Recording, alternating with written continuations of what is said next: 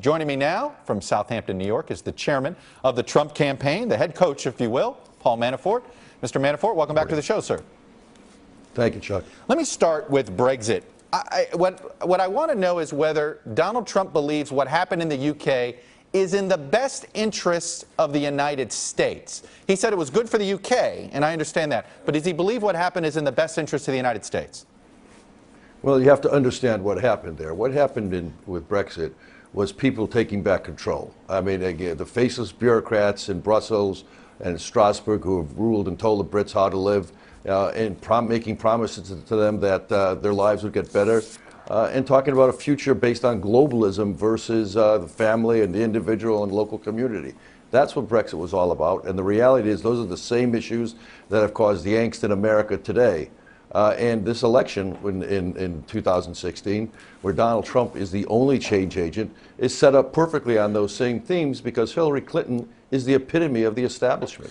She's been in power for 25 years. And the issues, the promises of that globalism is the solution, the promise that government's going to make your life better if you just give up your freedoms, the promises that we know better than you on how to make your lives better, have been rejected. That's what Donald Trump has identified. That's what Brexit identified, and that's what's going to be the basis for the election in 2016. I understand that, but you didn't get at the core part of the question I asked. Does he believe that what happened with Brexit and what it could lead to was in the best interest of the United States? Obviously, people feeling that their government is responsive to them is in the best interest of the United States. It's in the best interest of the UK. It's in the best interest of countries all over the world. And as far as the ability of the United States to work with the UK, I was interested to hear Mr. Miliband. He's part of the establishment. He's the Hillary Clinton of Britain. He was just rejected in the results of the Brexit vote. So for him to say with total arrogance that we know better even though we lost than the people of Britain, that's exactly the arrogance that Donald Trump is talking about and that Hillary Clinton represents and is going to be the basis for the campaign this fall. I want to get you to react. The Clinton campaign is out this morning with a Brexit-related TV ad that hits Mr. Trump. Here it is, and I want to get you to react on the other side. Every president is tested by world events, but Donald Trump thinks about how his golf resort can profit from them. When the pound goes down, more people are coming to Turnberry. In a volatile world, the last thing we need is a volatile president. It obviously picks up on what was a head-scratching event earlier this week, Mr. Manafort, which is on the day of the biggest news event in the world. He is in the country at the heart of this, and he's promoting a golf course. This is an example, again, of the tone deafness of the Clinton campaign. First of all, when you look at what was happening in the Clinton campaign over the last month, they have spent $60 million against Donald Trump on ads like this, talking about things that are totally distracted and unconnected to what's going on in the American political system. The American people care about what is going to happen to their lives, about change. And the issues of Brexit, this kind of phony ad doesn't address those things. And Hillary Clinton is ignoring the reality because she's part of the establishment. She can't get away from the fact that she is part of the problem that's being rejected. So when she tries to distract with commercials like this, she's once again showing that she is absolutely afraid of the consequences of what Brexit represented and what the Trump phenomenon in the primaries represented, which is historic numbers of people voting for change against the establishment. But why was it appropriate for Mr. Trump to be promoting a golf course on the day of, frankly, what could be the most impactful decision that a country has made that impacts, the global community in a way that we're not fully comprehending yet, and he's promoting a golf course in the middle of his campaign? First of all, Mr. Trump is an international businessman. His success as an international businessman and a person who gets things done is one of the attractions of his candidacy, so that when he says he's going to bring real change to the country, voters believe him. Unlike Mrs. Clinton, who's been saying that for 25 years, and in those 25 years, the only changes that have happened have made people's lives worse.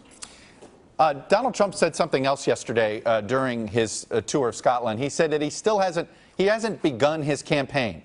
Well, the Clinton campaign has begun. What is the status of your campaign? I say this, obviously, Corey Lewandowski was fired earlier this week. I guess there's more command and control for you, but explain, is this campaign started yet or not for the Trump campaign? First of all, Corey Lewandowski was a part of an historic victory, and Donald Trump recognized that. But the campaign has now transitioned to a new phase. We're now in the general election mode of the campaign. In that mode, last week, Mr. Trump laid out in his speech, prepared remarks, the stakes of the election, what he sees as what is at stake between Hillary Clinton and the establishment and his change agenda. Our campaign, frankly, is getting organized. I mean, it's all in words, I guess, but we are fully now integrated with the Republican National Committee. This week we'll be making some major announcements of people who are taking over in major positions in our national campaign, as well as in our state campaigns. We're organized in all 16 states that we're going to be targeting as battleground states. We'll be making those announcements this week. The campaign is a process, and a lot of what we've been doing over the last several weeks has not been in the public domain. Do you acknowledge that you're behind? I'm sorry? Do you acknowledge that you're behind, both organizationally and in the polls? No, because what you're trying to do is comparing an 800-person organization in Brooklyn of Mrs. Clinton's with an integrated system of the RNC and the Republican and the Trump campaign, which doesn't appear on an FEC report. We have actually thousands of people in the battleground states, political organizers who are now in place. We have state organizations that are in place. We have our campaign plans in place. We have our budgets in place. And we have the good thing is we have a candidate who doesn't need to figure out what's going on in order to say what he wants to do. So our campaign is organized. We're ready. Okay. We're going to have a good convention, and we're confident that we are not behind the Clinton campaign. They're muscle bound.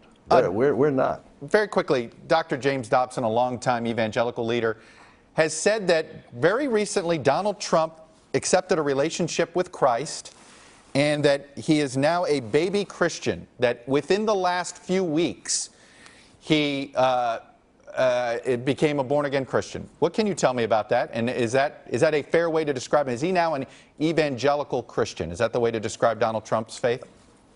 Yeah, I'm not going to speak to Donald Trump and his embrace of religion. You talk to him about that. I will say, however, that the evangelical leaders that have been a part of the Christian movement in the United States came together last week and showed overwhelming support for Mr. Trump. And frankly, in my 40 years in politics, I've never seen such a broad-based or a base of support within that community for one candidate. It has never been this united.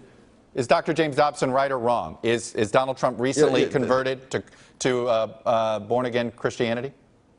Again, you have to talk to Mr. Trump about his embrace of Christianity. That's not for me to speak to. What I can speak to is that Christians across this country and the leadership of the Christian movement and the evangelical movement are broadly united for Mr. Trump in his campaign. All right. Paul Manafort joining us this morning from Long Island. Thanks very much.